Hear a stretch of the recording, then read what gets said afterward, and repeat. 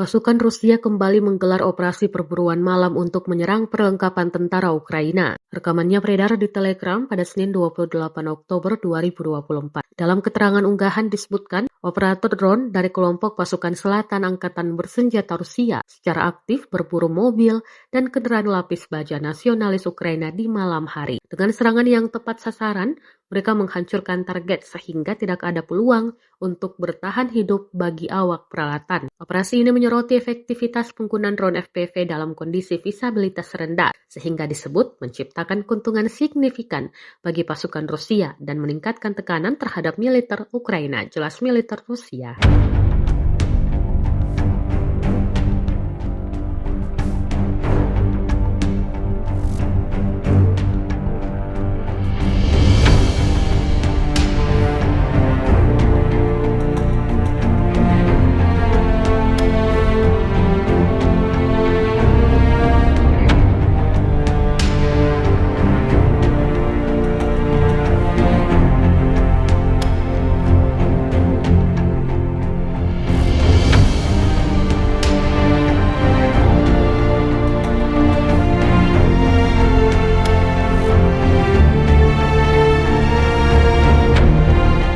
Download Tribun X sekarang, menghadirkan lokal menjadi Indonesia.